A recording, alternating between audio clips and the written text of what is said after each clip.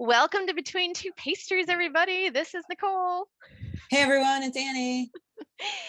Today we have a wowzer of an interview discussion with two wonderful, wonderful practitioners. We have Natalie Harris with us and we have Brittany Woodard. Brittany, welcome back. It was so fun to play with you last year. I think it's already been a year, which is crazy.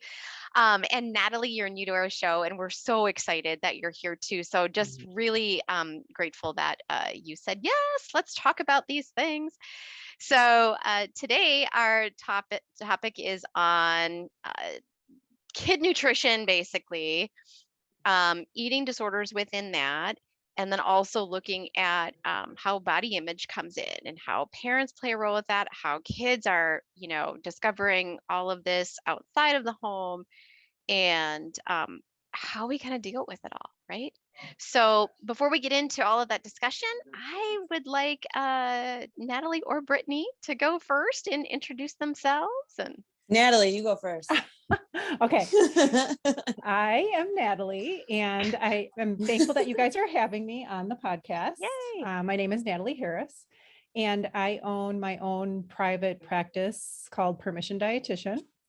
I'm actually going through a rebrand right now. I'm working on my website right now, and I'll probably go more by eat with permission instead of Permission Dietitian, because I would like to bring other dietitians on. Cool. So just kind of changing the name a little bit, but I'm in the process of working on that. I will remember that. Yes. That is now in my brain. I'm excited to rebrand. Excellent. I love the concept of giving people permission to eat what they enjoy. Yes. And so I'm just trying to get the word out. And I mostly get the word out by practicing the Alan Satter models. So working with adults who maybe are in a place where they realize that none of the diets they've been on are working and they're ready to try something different that is not a diet. Or people who might feel like their eating is out of control and they don't know what to do. They might use words like emotional eating, overeating, maybe binge eating. And then also trying to come alongside young parents with young kids to start incorporating the division of responsibility with their young, like right from the beginning. And the intention behind that is to help raise kids to be healthy, have a healthy relationship with food. Very cool. So yeah, that's my goal. That's great. I love it. Excellent. Definitely. Thank you, Natalie. Yes. Brittany, darling. Hello. Hello. I also have a private practice. I practice out of Lake Country Nutrition Counseling. I have an Instagram account where you can find me at bodypositive_mom. I specialize mostly in eating disorders. I do adults and I do kids. And I'm trying to grow my TikTok account too. So if you want to find me on TikTok, I'm at Body Positive Mom on there as well. And Sweet. Information about eating disorders and recovery and all that kind of good stuff. Good. Love it. Awesome. You're so creative, Brittany. So I know. Your stuff She's is got that great. edge. It's yeah. So cool. Totally. Sweet.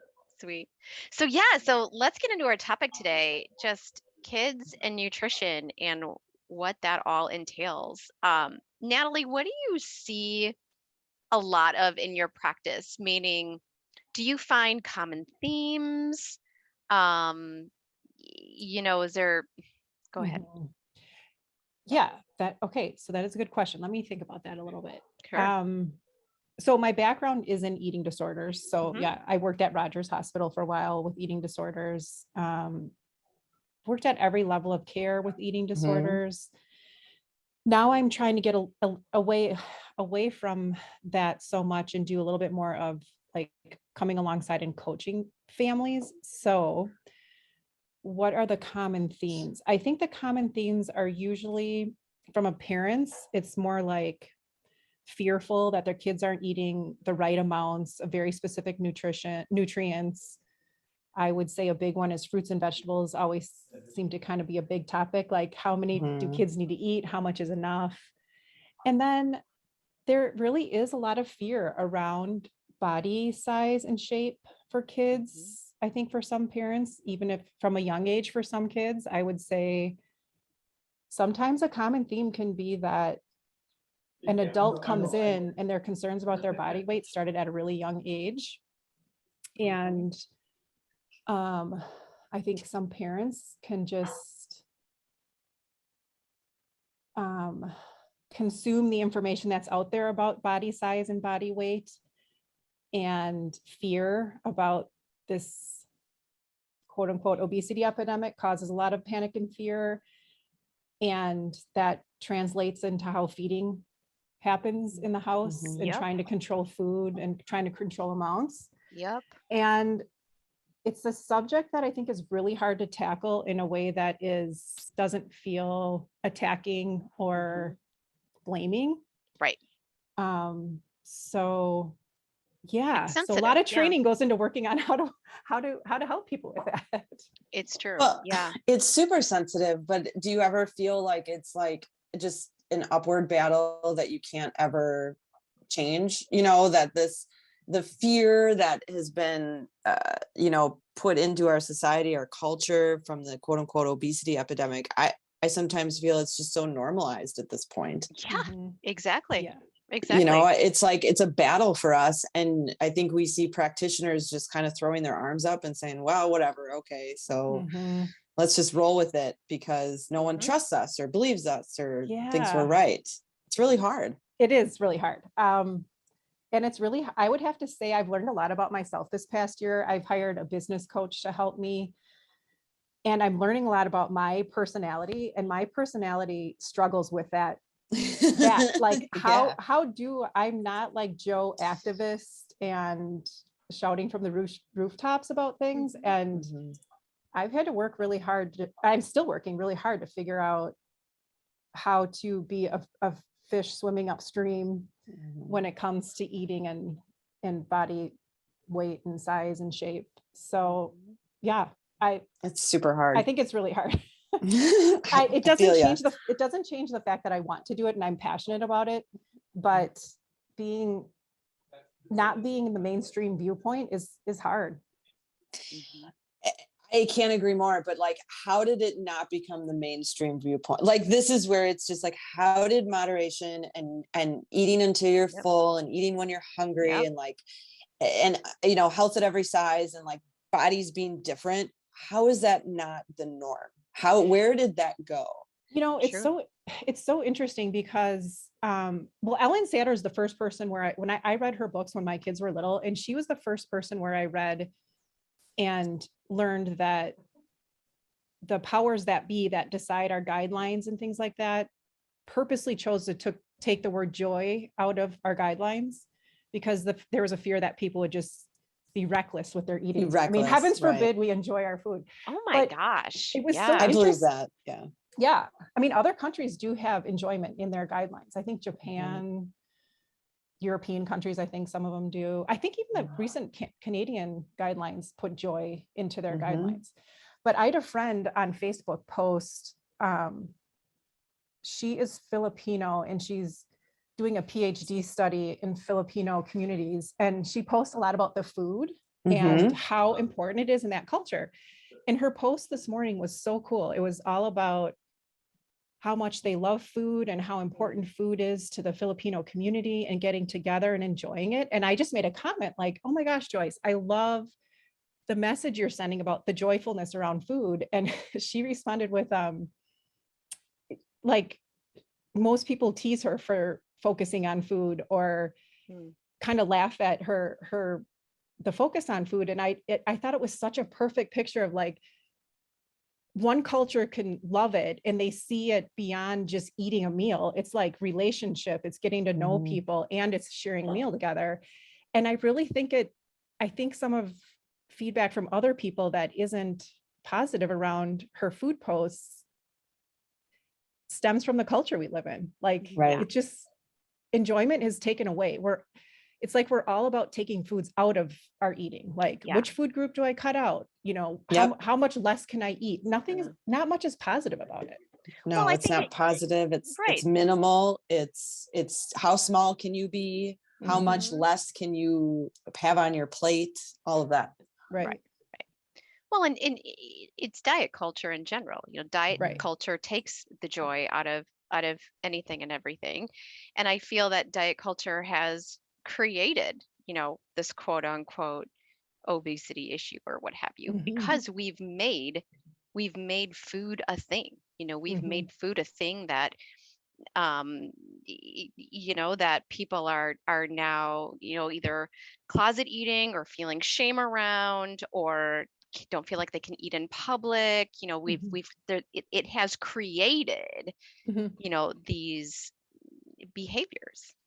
Well, and if you're thin, you have a problem. And if you're overweight, you have a problem, and you Right. can't, do you know what I mean? I mean, there is no, nothing about body or food Right. makes people happy anymore Right. Right. about Yeah. themselves or others. Completely. It's so Completely. screwy at this point. So Right. So it's unreal. I wanted to back up just a smidge, Natalie, and you're talking about Ellen Sater, and I love her work. So Mhm. I'm going to put her information in our Good. notepad notes too, just because I feel like it's very resourceful. Do you Yeah. want to speak a little bit about who she is, just so people, because I know people don't know who she Right. is. So Yes. So Ellen Satter is a registered dietitian and a family therapist by degree. She's going into retirement. She has the Ellen Satter Institute now, and has several people who are helping to take over the Ellen Satter Institute. I just found out at the last webinar I went to, just as a side note, she's rewriting all her books right now. Oh, cool. And Nice. she told us she's 80. Are you Oh my serious? God. She said Oh in my the I feel gosh. like it's okay for me to say that because she said it in the webinar. Yeah. She said she's 80 and that was the last webinar she's doing, and she's Oh. rewriting her books. I'm like, that's impressive. Wow. Oh my gosh, that's so amazing. Her work is Yeah. so great. It's But incredible. I just feel like it's timeless though too. Like, isn't she always 50? I don't know. I mean, Right. Yeah, I don't know either. But Yeah. anyway, yeah. So she's got that, I think what I loved about her when I first started reading about her is her first degree was as a dietitian. And when she was working, she realized that some of what she was doing harm, and she could see it in the kids she was working with. And that really resonated with me. She went back to school then to become a family therapist. And so what I love about her brain and her eyes as she's reading research and looking through it is she's looking through it from not just a dietitian lens, but like a family dynamic, family therapy lens. And that's what I really appreciate. So then as a result of all of her work, she's come up with 2 surveys that are validated surveys. One's called the Eating Competence Survey, and that one will help adults figure out where their relationship with food is from like a bigger picture, like your attitudes, your thoughts, and your feelings. Do you plan for feeding, things like that? And then she has a new survey that's out validated that parents can take, and it's for 2 to 6 year olds. If you have kids from the ages of 2 to 6, and if you fill out that survey, it can give us an idea where you're at with feeding your family and what kind of messages you might be sending as you're feeding your family and things like that. So does that answer the question? Oh yeah, positively. There's so much Thank to you say for about that. her. Yeah, I know. But thank you for that. Most definitely. Yeah. Brittany, for you, what's a common theme that you seem to run into as well? Is it the same or something different?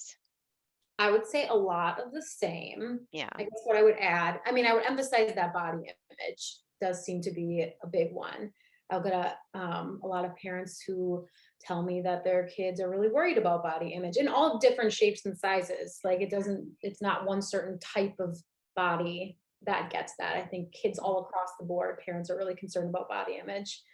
Like, Brittany, hold on. Do you mean Yeah. the kids are concerned about their body image, or the parents are concerned about their kids' body image? Both. Yes. Both. Question. Okay. It is both. Yes.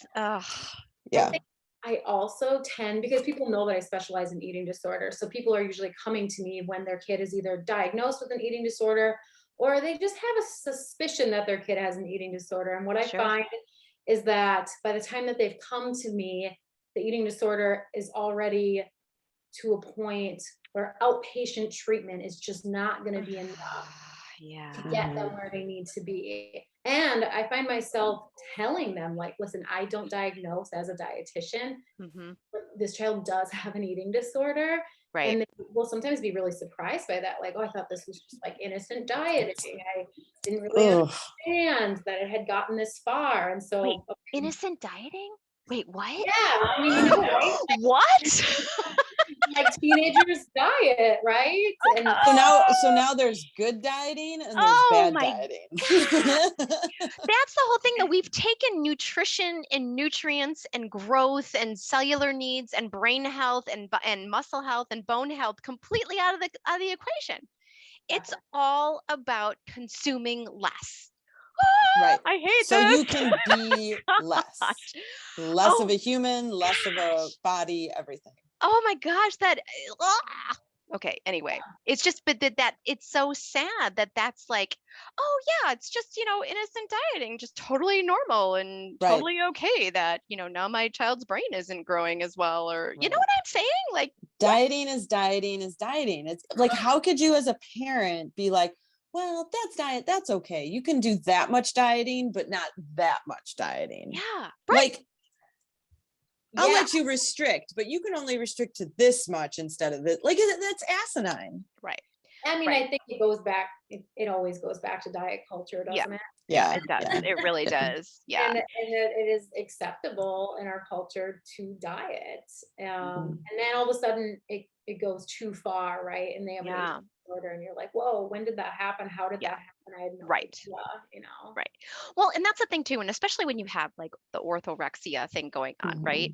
Where, you could see a parent being like, oh, well, my kid just really likes to eat, quote unquote, super healthy. And that's fine with me. You know what I mean? And I'm so proud of them and blah, blah, blah.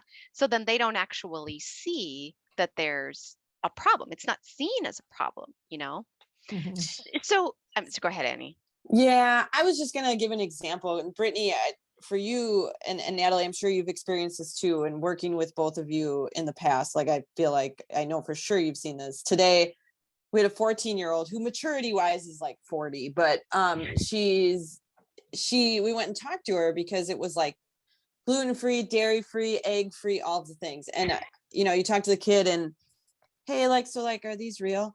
And she's like, no, my mom makes me be on them because she thinks it's going to, that those are the foods I need to not eat, that those affect my behavior.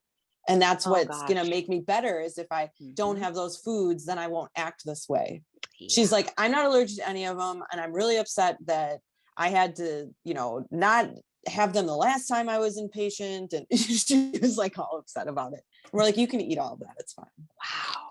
Yeah. But it was like totally just the mom being like, you can't eat any of these foods because this is what, I read on the internet is going to affect your behavior. Oh my God. Yeah, I will say that I really do think most of the time those parents are trying to be helpful, right? Like, Sure.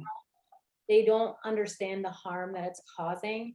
And those conversations are some of the most difficult. Yeah, definitely. Totally. Yeah. Especially when I think obviously, at least for me, I know it's really hard because you just want to like whack them in the face. Yeah. I certainly would never whack a 14-year-old because that they're dumb kids, right? They're just doing silly things, but like the parents should know better. Right. Yeah. And I think that's why I really appreciate Christy Harrison's anti-diet book, which we were talking about how diet culture, I mean, it's just the water we're swimming in. And like, I agree with Brittany. I think parents have good intentions. It's just when that's the water we're swimming in, it seems like it's going to be helpful. And it's almost hard to convey how much it's not helpful because it sounds so counterintuitive now in the world we live in, to the point. To the point where sometimes I'm like, wait, do I know what I'm talking about? Even though I went to school for this, right. I have to call other dietitians. I'm like, I do know what I'm talking about. Right. Yeah. You start to question yourself. Yeah. Absolutely. Yeah. Right. I feel like I've noticed this trend of just like, when there's just so many different scientific terms and like the way they talk about things that seem really convincing. So when you're talking about all these food intolerances and restrictions, as a parent, I think it is really hard sometimes to not fall for that kind of stuff. Yeah.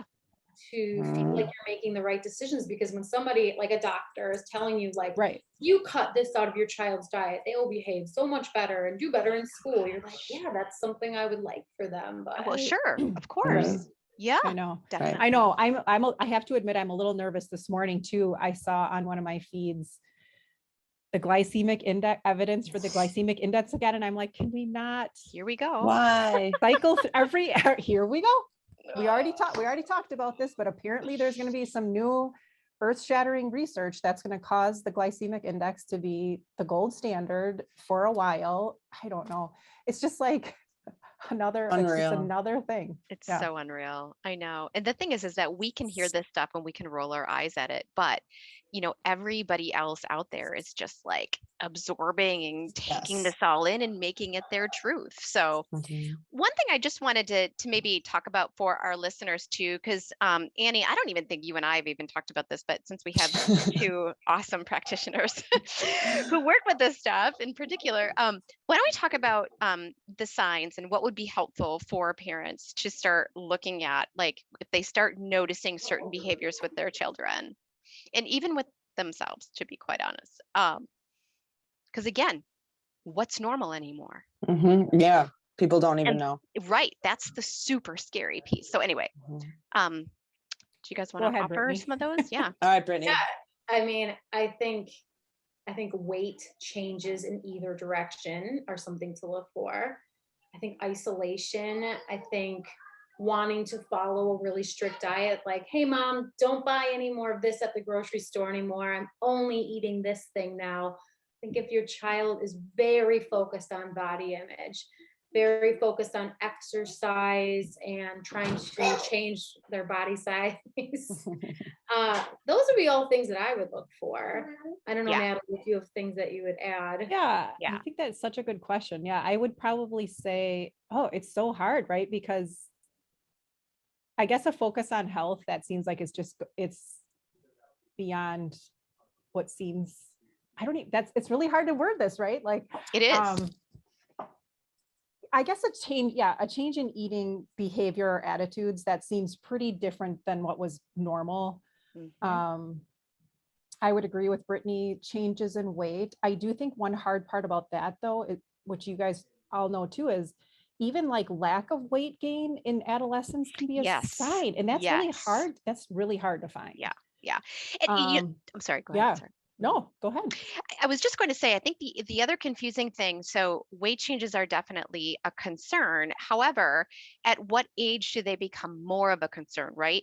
Because, kids are growing out, they're growing up, right? They're growing out. So, I also want to be clear for some of our listeners too, that if you have, an 8-year-old that's in that growth stage, a 5-year-old, a 3-year-old, heaven forbid,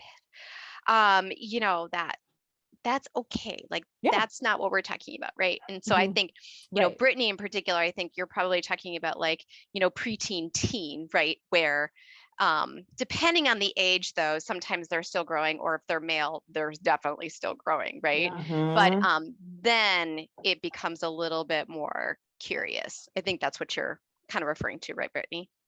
Yeah. I think you hit on a really good point too, that like, sometimes maybe there isn't a weight change either. So like, even if there's no weight change, that could still indicate a problem, which makes it even harder for parents to know, right? Like, just like anything. Yes. Well, and it's so hard to be a parent. It's so hard to get it right. You know what I mean? Like, you're not, anyway. If you're not eating with your kids, if you don't know with them, if you might not know what's normal eating for them and then what's not normal eating for them. And that's where I think there's a big disconnect with parents and their kids, especially as parents might be working 2 jobs, or they don't get home till 5 or 6. And then the kids might say they ate when they didn't, and the parents not going to know, so I think, Brittany, you said the word isolation, and I do think that is a really, really huge indicator of many things that are going on. But for sure, when someone starts to isolate, or at least be more reserved, more quiet, outside of, a teenager wanting to just be by themselves and show some independence, of course, right? Like, I think that isolation is definitely representative of something Mhm.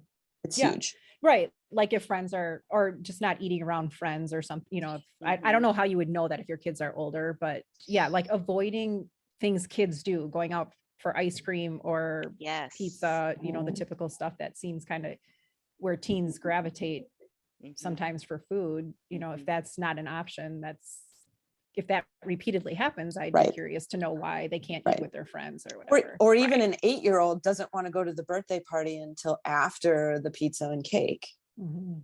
Well, do they have a tummy ache or is something going on? You know, Mhm. and again, Mhm. that's Well, and if they those have are a those tummy things. ache, is it a real tummy Is it a ache? Or, I real mean, you one? know, Is a because bully there? Who knows? that's the other piece that happens too. You know, you Mhm. make yourself feel a particular thing. You know, it's just Right. another avoidance tactic, you know. Right. Right. Yeah. Right. Yeah.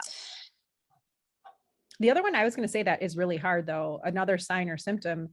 Sometimes these athletes, which maybe you know, you guys could address this more, but like, I think what's got really hard is sometimes working more with the eating disorders than I have been lately is, you know, these low heart rates or Oh, physical symptoms that can sometimes look like you're actually seem like you're healthy can be signs of not under eating and going into starvation mode. And I think that's been kind of hard for me in the past in that those teen years, and just not the medical community, maybe that's not trained on eating disorders, almost like validating eating disorder behaviors, you know, Oh yeah. going Yeah. to the Agreed. ER with a low heart rate completely agreed. Like, and oh wow, your heart having rate passed is Oh, out. yeah. 50s. Cool. You're so Yeah. athletic. Oh my God, Right. it happens all the time. Nicole, Right. do you remember that client that went from you to me to me to you to all back and forth? It was a swimmer. And when you're under the control of a parent, this kid didn't even have a say in anything, probably didn't even know what mom was telling us. Oh, he swims, and performance was just total flatline. Labs were terrible, low energy. You recommend, and we recommended the same thing, you know, Right. eating more to, you know, for lack of a better, you know, for, Sure. Yeah. you know, Without getting into detail. yeah, without getting into too many details. And mom was like, no, Right. that's not Yes. it. Yes. And it's Of like, course. you just had 2 dietitians separate that you separately contacted Oh my gosh. say the Who are same also thing sports about this. dietitians, like specifically trained. Right, to know this stuff. And this kid probably wasn't, because it was a male, he probably wasn't trying to have an eating disorder, but that's Sure, of probably course. the road Mhm. he was Yeah. going down. Yeah, exactly. Yeah, I know. Oh my Yeah. God, why would you not want him to support his body? Right. And right. again, whether you're a child and you need to grow, you're an athlete and you're growing or you're not growing, depending on stage of life, you're Correct. whatever stage you're in, why would you not want to support your child's Right. growth? Right. And again, like Brittany said, sometimes, you know, they're trying to do the right thing, but sometimes it feels, at least as the practitioner looking in, sometimes it feels neglecty. Mm-hmm. I think you are totally right.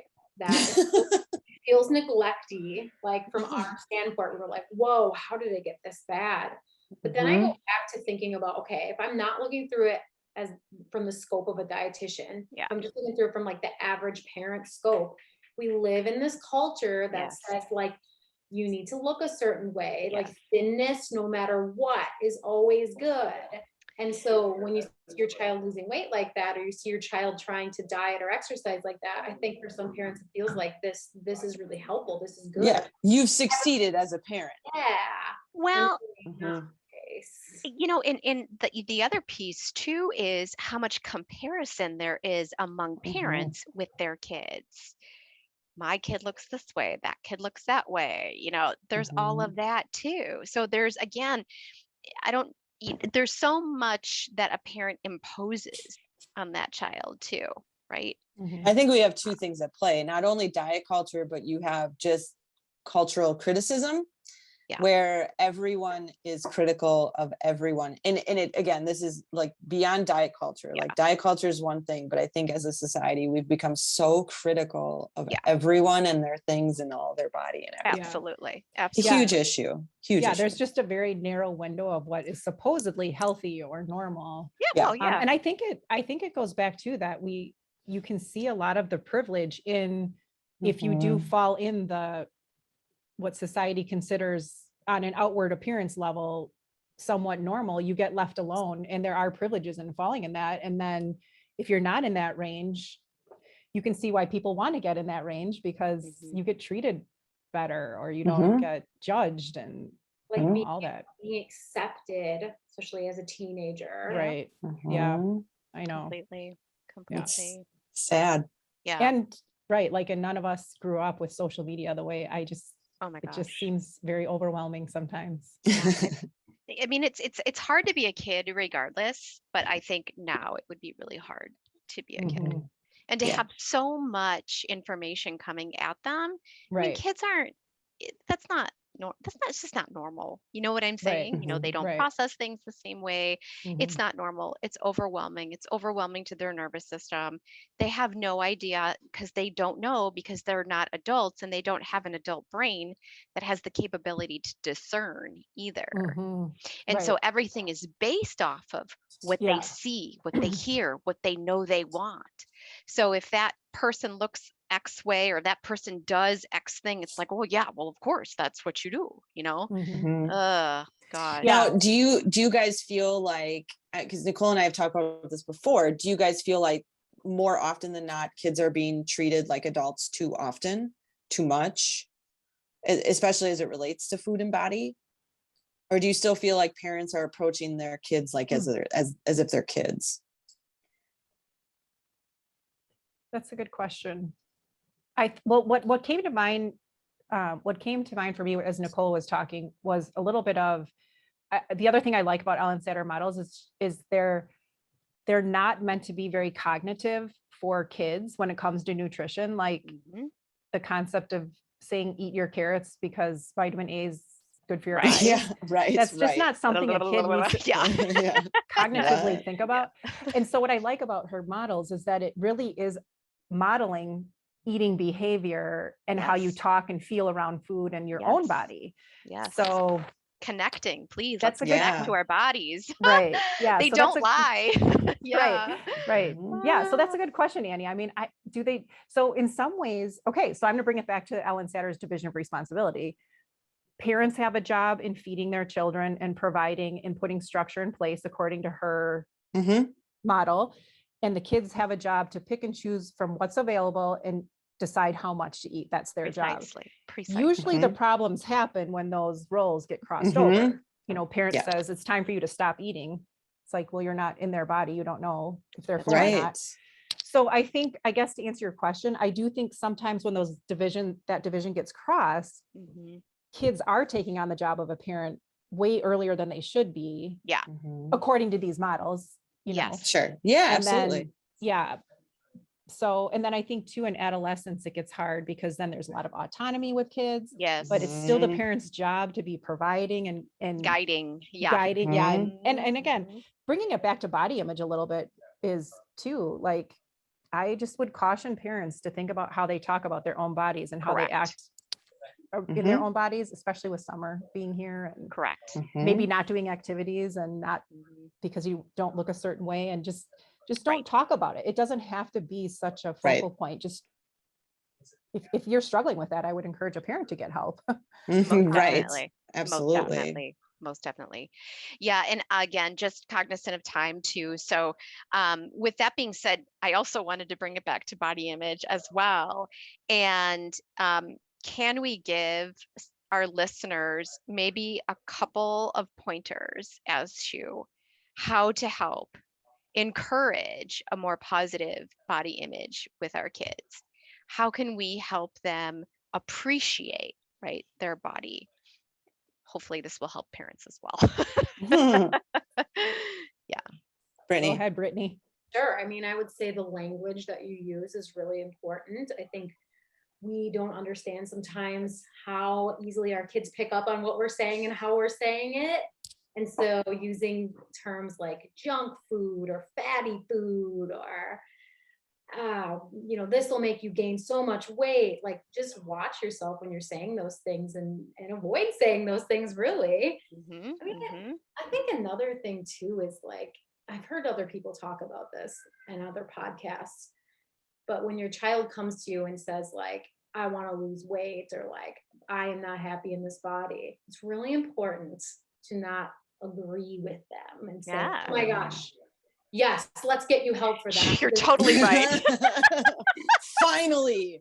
Agreeing with them is not helping. So like you feel like you're helping, like, oh my gosh, yeah, like let's get you into like some weight loss camp or something. Like, I mean, because parents would do that. Yeah, they're thinking they're being supportive.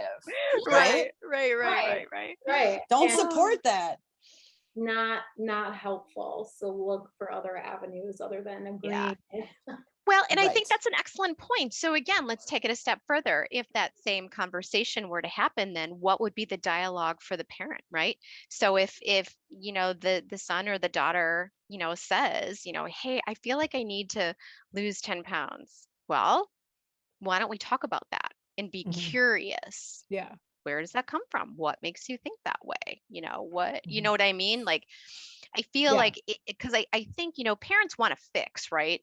Mhm. And I think because of the fact that it's like, their kid too, there's like not a control thing, but you know what I'm saying? Like they want to, just do all the things, right? Versus understanding that this child does have this brain of their own. They are starting to process and think on their own and allowing that conversation to actually take place.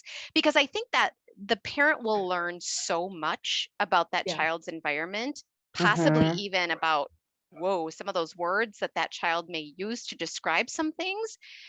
The parent may go, I've said that, shoot, you know Right. what I mean, and catch themselves. So I feel like it could be such a nice learning experience if Mhm. they could just approach these conversations with curiosity versus just yes, no, right on, let's do this. And trying to solve it. Yeah, I would agree with you. Correct. I think it would be good to maybe ask what's going underneath all of that. Who Yes, knows? absolutely. Well, and maybe it's a testament to how you do talk in front of your child. If they Yeah, start to say, big Mom, I one. need to lose, maybe it's a good opportunity for you to reevaluate your language and your tone, Mhm. or even like perhaps who your friend or who your kid is hanging out with, their Right. teachers, coaches, whatever, who Right. who is around them in their environment, that they start to say these different things. I mean, that's huge. And it's also maybe, and this might be a dagger for some people, maybe you're not saying you care about them or love them or that they're beautiful or handsome enough, or, like maybe Yeah. you need to start complimenting your kid a little bit more, that they feel like they need to change themselves. And that's Because true I too. think Kids we need do to be get seen. stuck. Yeah, They need to be seen, absolutely. and they want to be seen, and we can't always think that that's for attention or what. Like, we have to show love, and I think as a parent, when you have multiple kids, you can sometimes lose that a little Sure. bit, Of course. with all the things on your plate. Of Yeah. course. Yeah, here's the other thing I would add to that too. And I try to say to like the parents who I'm working with on this exact thing is, you can't control like every single thing your kid is going to hear. They are going to go to school and there's going to be a health teacher who says this crazy stuff to them about food and weight.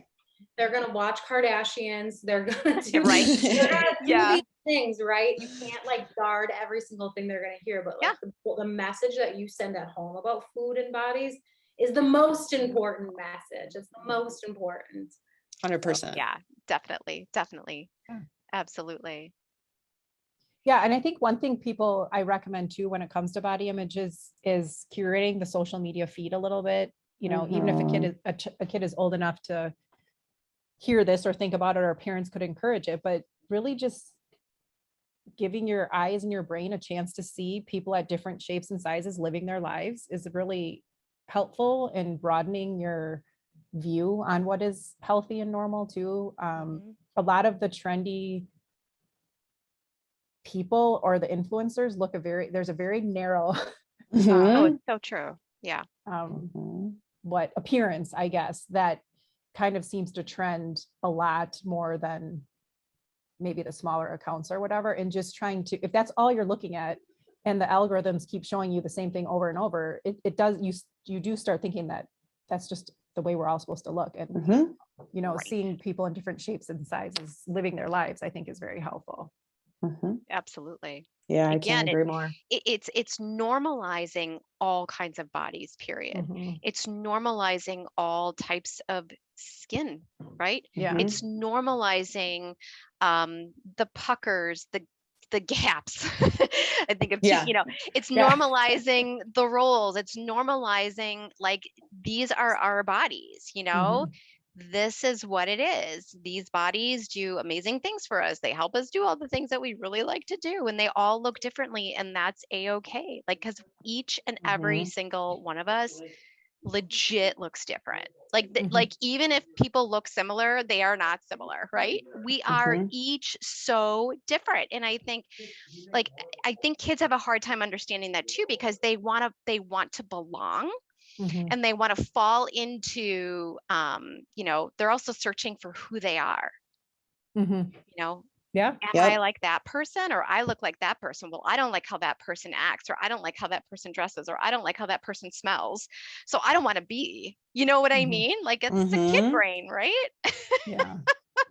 Absolutely. Yeah. So it's normalizing that we have all of these differences, and then celebrating those differences. And I really encourage parents to go there with themselves.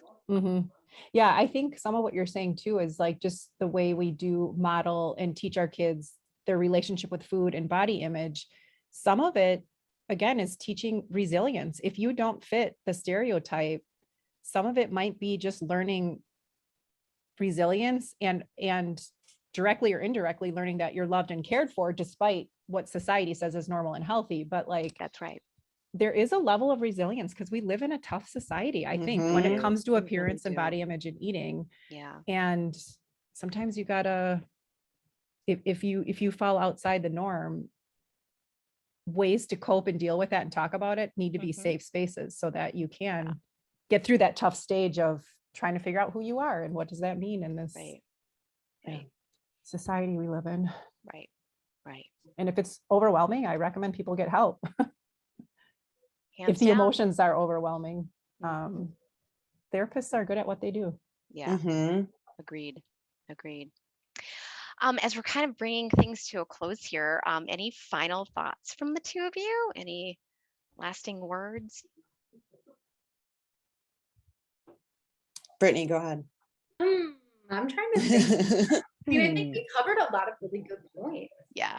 And I guess I would just stress that it is so important as a parent to learn some of these concepts, to learn about anti-diet, and to learn about Ellen Satter, and to learn about how, the size and shape of your child's body is not a moral failing of any kind. Like every kid just has a different shape and body, and that's totally fine and okay.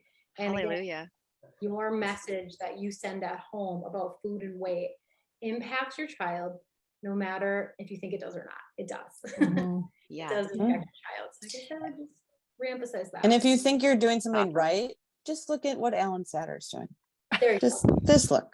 Just take a look. Right. Yeah. I think mine just right now, for some reason, my mind is just focused on the parents, and we've covered this a lot, but just maybe taking a look at yourself and maybe pay attention to how you think and talk around food and body, and maybe think about how that comes across to kids of all different ages and how they're internalizing that and what they're doing with that. Right.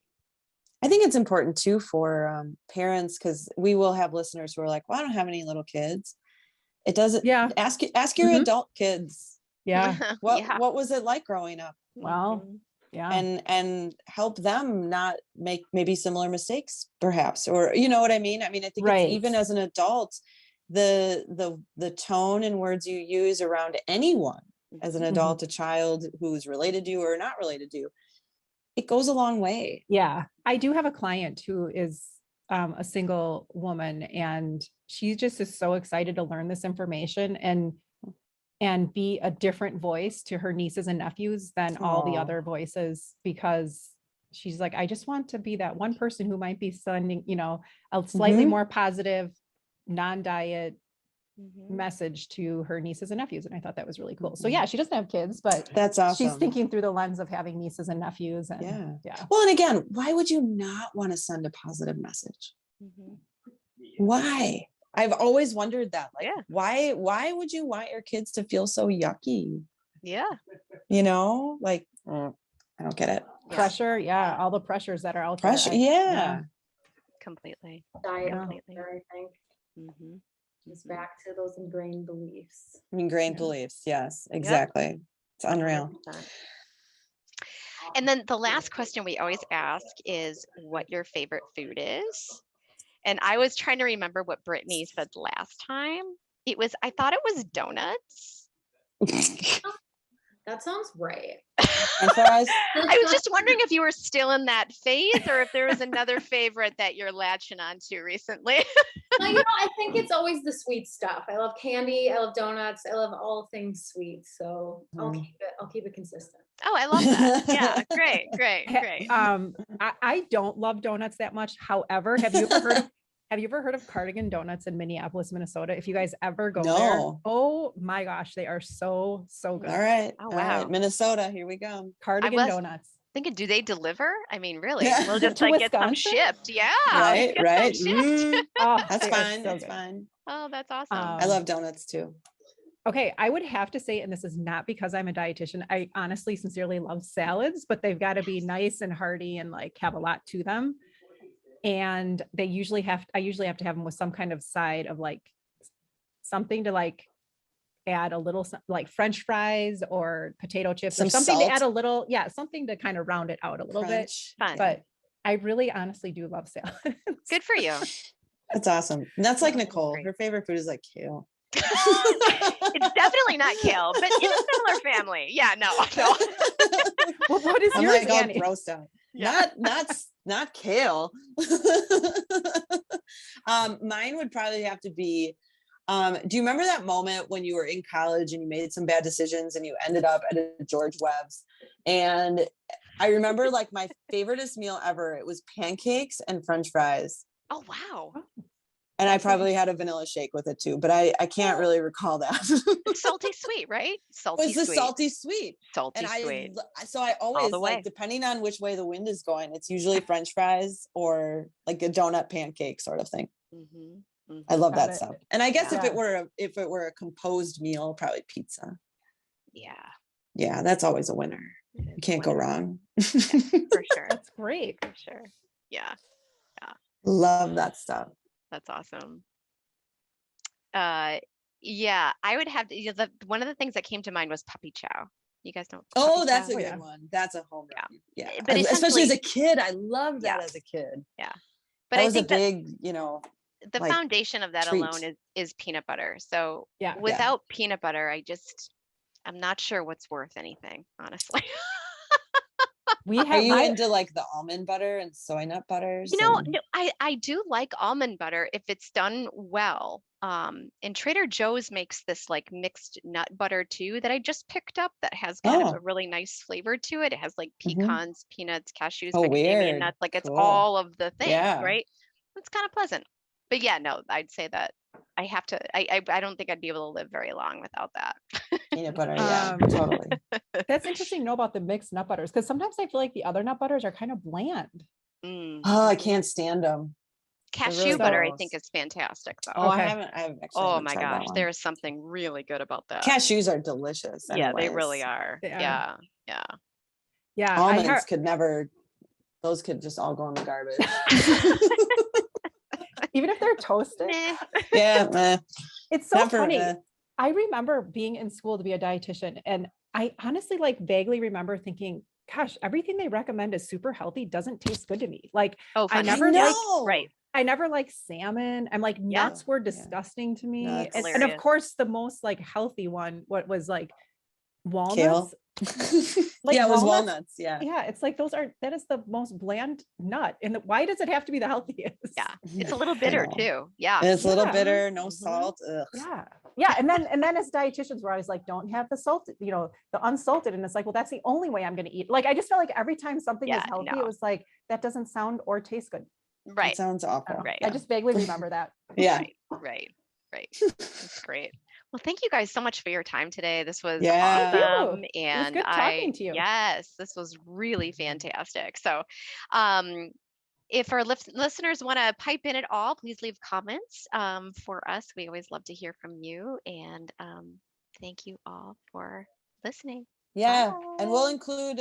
include their information again too, right, Nicole? Absolutely. Yep. Cool. We'll That's hook everybody awesome. up.